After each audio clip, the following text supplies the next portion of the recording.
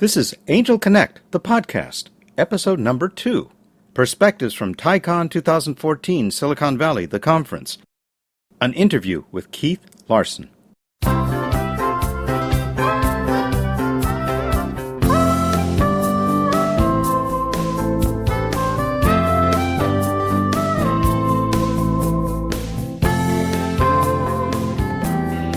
Welcome to this episode of Angel Connect.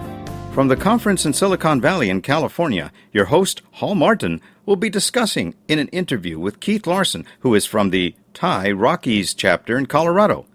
Now, this interview was conducted in the venue during the event of TiCon 2014, amidst the excitement of the attendees at this conference, which, by the way, the conference has the tagline of TiCon, the world's largest entrepreneurship conference.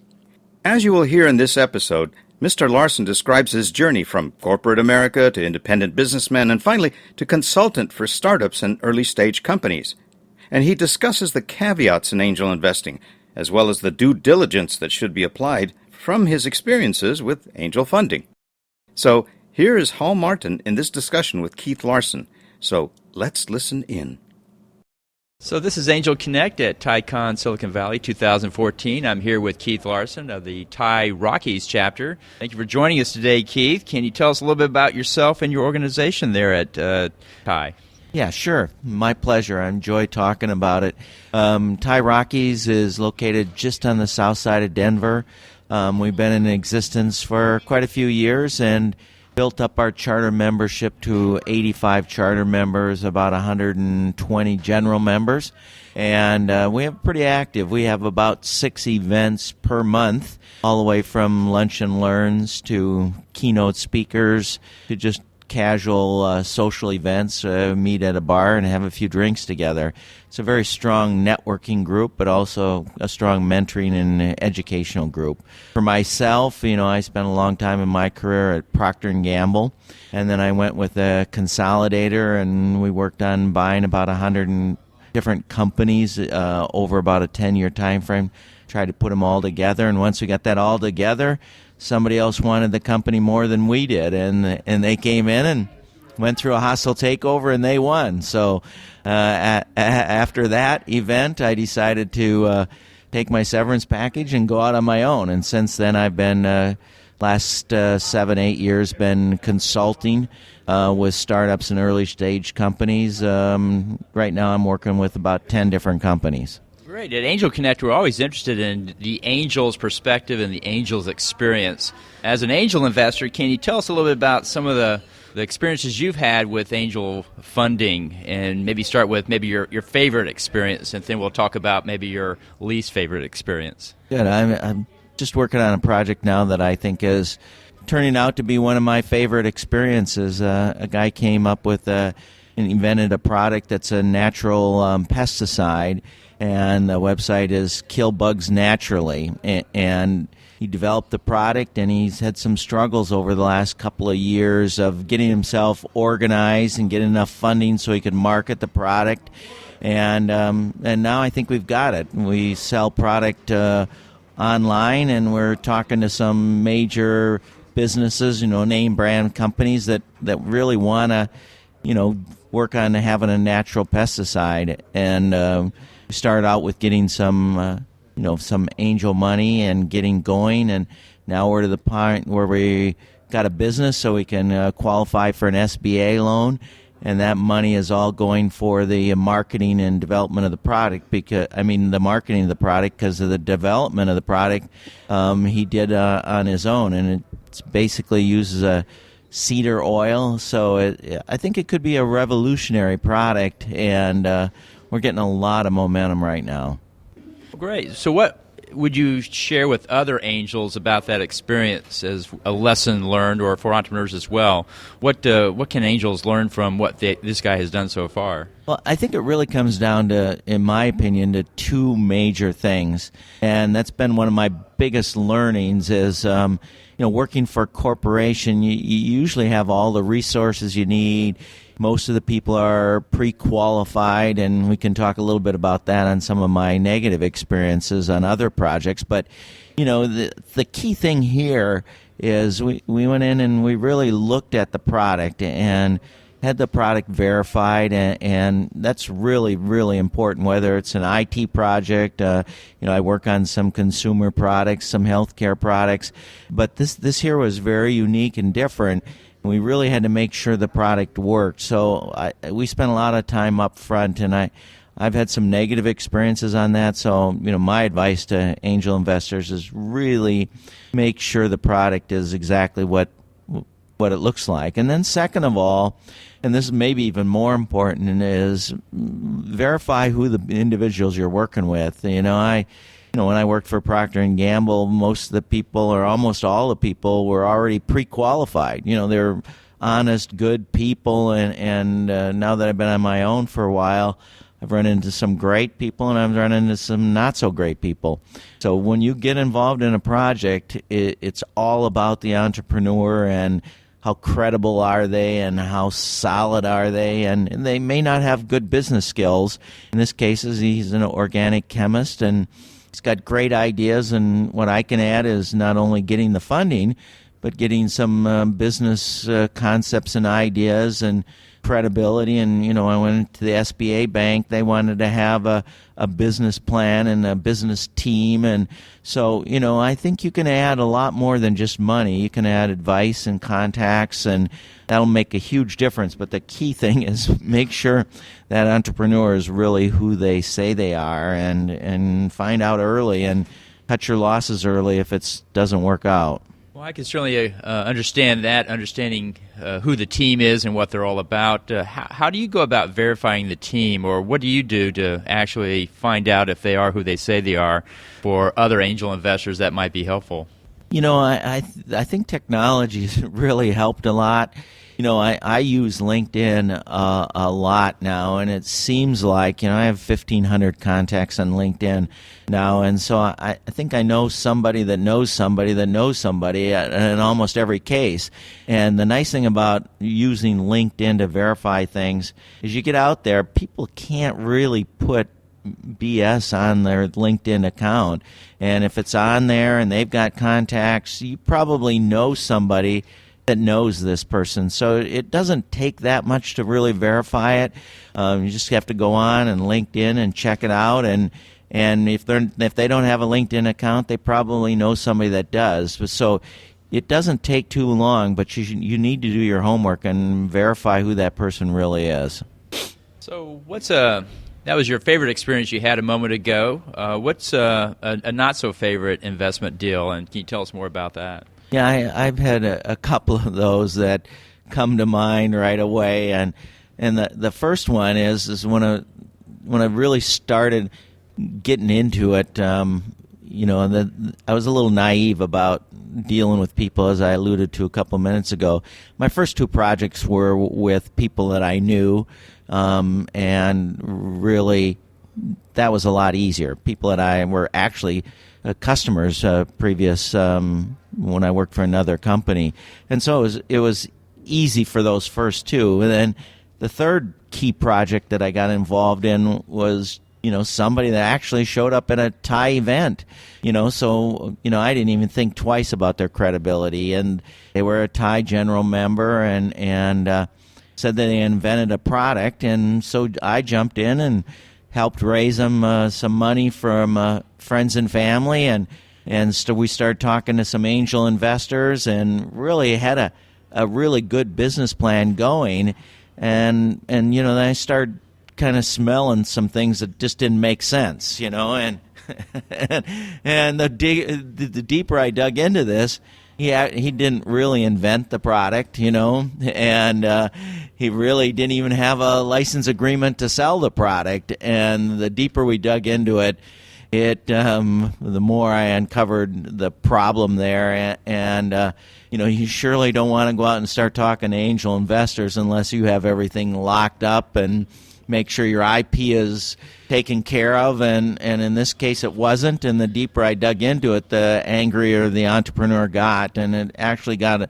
a little nasty at the end, but thank goodness we walked out of it only losing a little bit of friends and family. And so you just have to cut your losses and walk away once you find out that somebody's misleading you, or in this case, boldface lying to you. Then it's better to just get away, and if it gets ugly, you have to decide whether you want to get involved with a bunch of lawyers and take good money and chase bad, or just walk away from it. And I chose to just walk away from it there. And, of course, once myself and a couple other people weren't propping it up and helping it, it died a very fast death. But it's a big learning for me. Do my homework early. One of the things I've learned is you can often just do background checks, either very low cost or very extensive background checks for criminal backgrounds and tax liens and so forth. At what point do you go to that step and actually do a formal check? That's a really, really good idea. And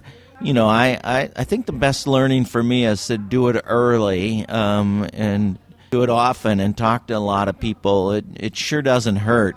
So I'd recommend, once you really think you're going to do things, before you start raising money with friends and family or even organizing it, check it out. And the legal aspect and doing a background check is a really great way. And the other project that I was going to mention to you is similar kind of thing.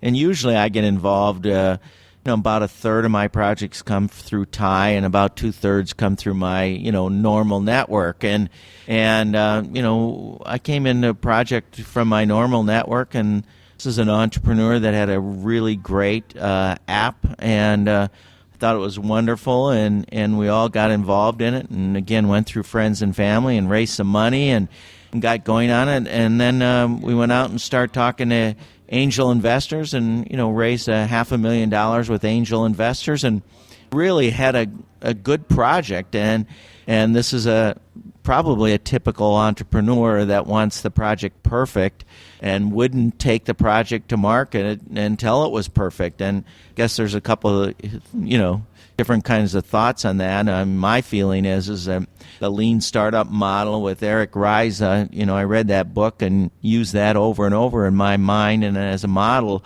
I think it's really good to find out if the customers really will pay for the product, or if there's a really good business model there, but we wouldn't do it there. And of course, the angel investors, are just regular people trying to get a good investment, and they like control of the project, and they kept on encouraging the entrepreneur to spend more money and develop it and keep going. And as the business advisor and not a majority investor but a minor investor in it, I kept on advising her to test the product and don't spend more money and get it out in the market, at least in a beta site, and see if people would actually pay for it and if it was a good concept. But, I lost that argument, and she spent all of her money, and then she needed more.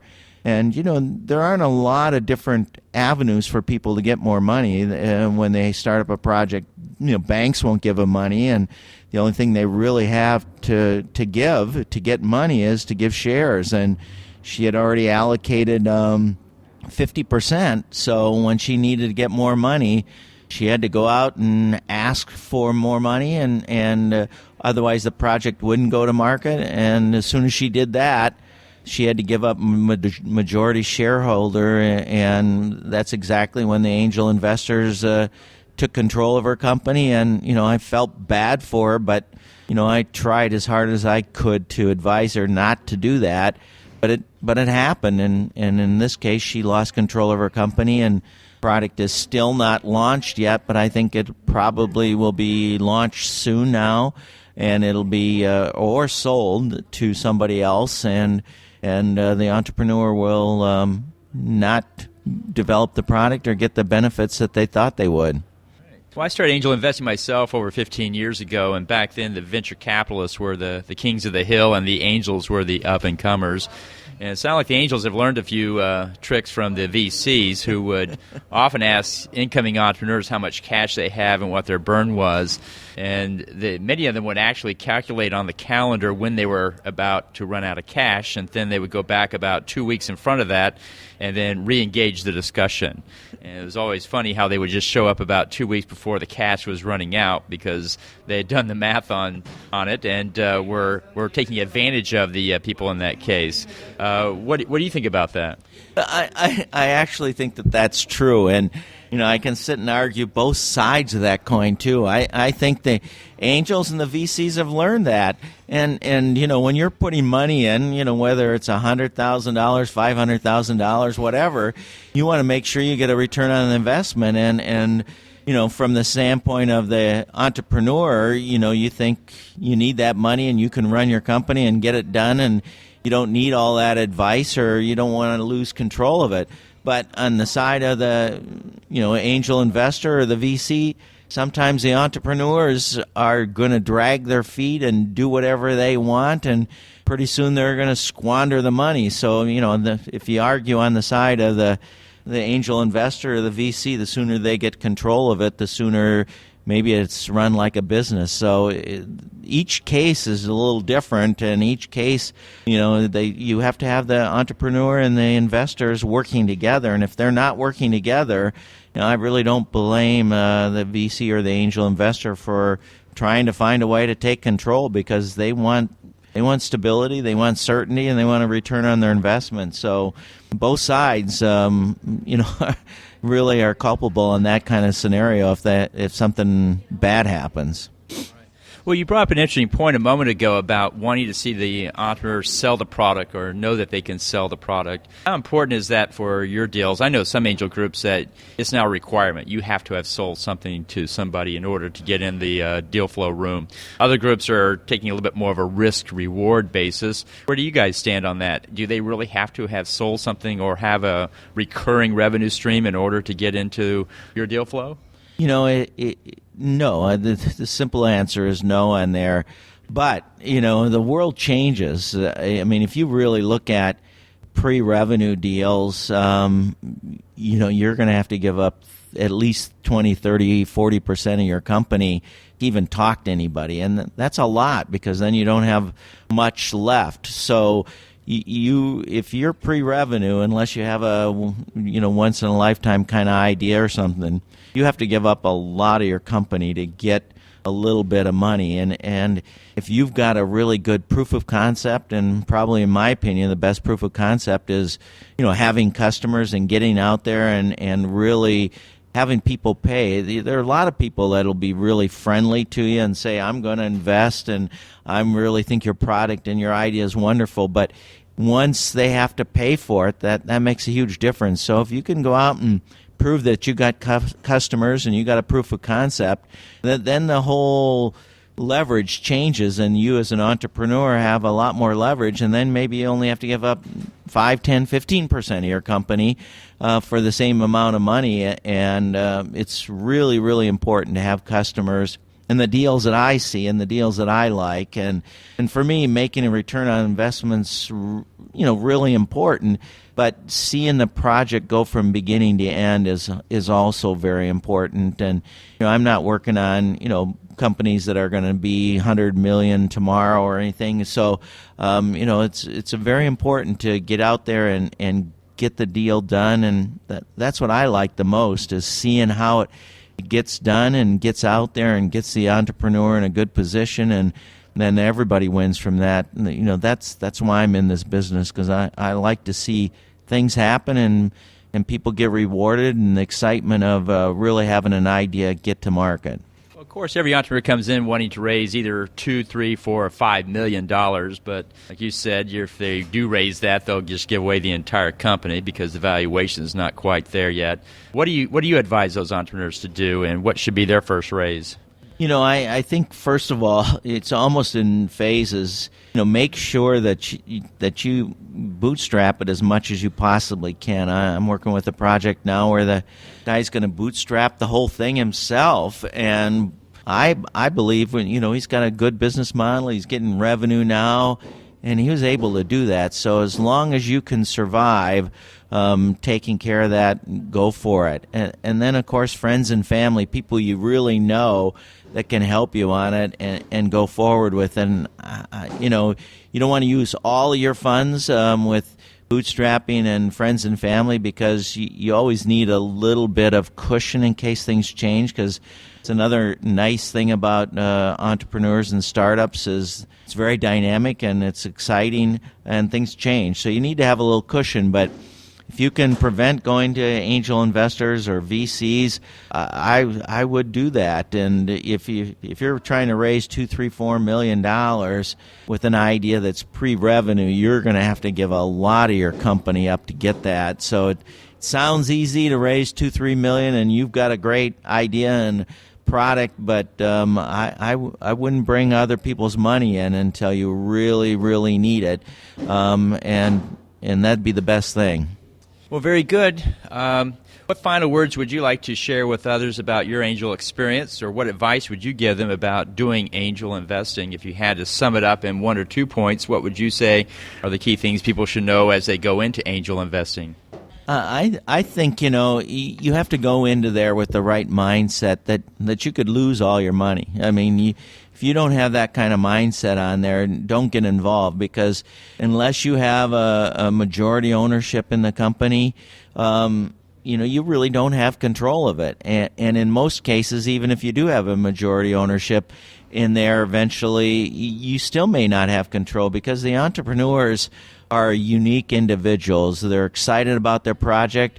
They're doing this because they want to do it, and you can't really force them to do anything. So, you have to go in there with the mindset that you can and maybe will lose all that money. And so I think that's very important to have that concept, and then you don't have to worry about it. You don't have to stress yourself out trying to get involved in it. And so don't invest any more than you actually can afford to lose. So you have to have that mindset, and that's very important before you go in there. And then I think the other point is what we talked about is do your homework early.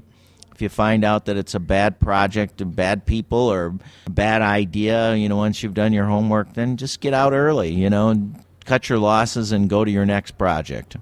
Well, Keith, thank you for being on Angel Connect today. We appreciate your review and insights into this, and look forward to seeing you in the future. Thank you so much. Thank you very much. I appreciate getting the opportunity to talk about this today.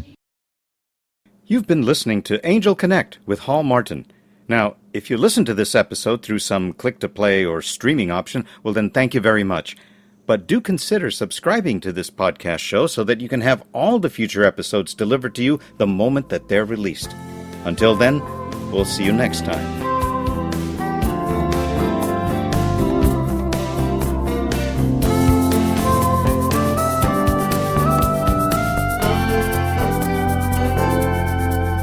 Podcast music provided by and licensed from michaelandmike.com. Musicians, composers, and authors of soft jazz music. Future episodes of Angel Connect will contain music from michaelandmike.com under license.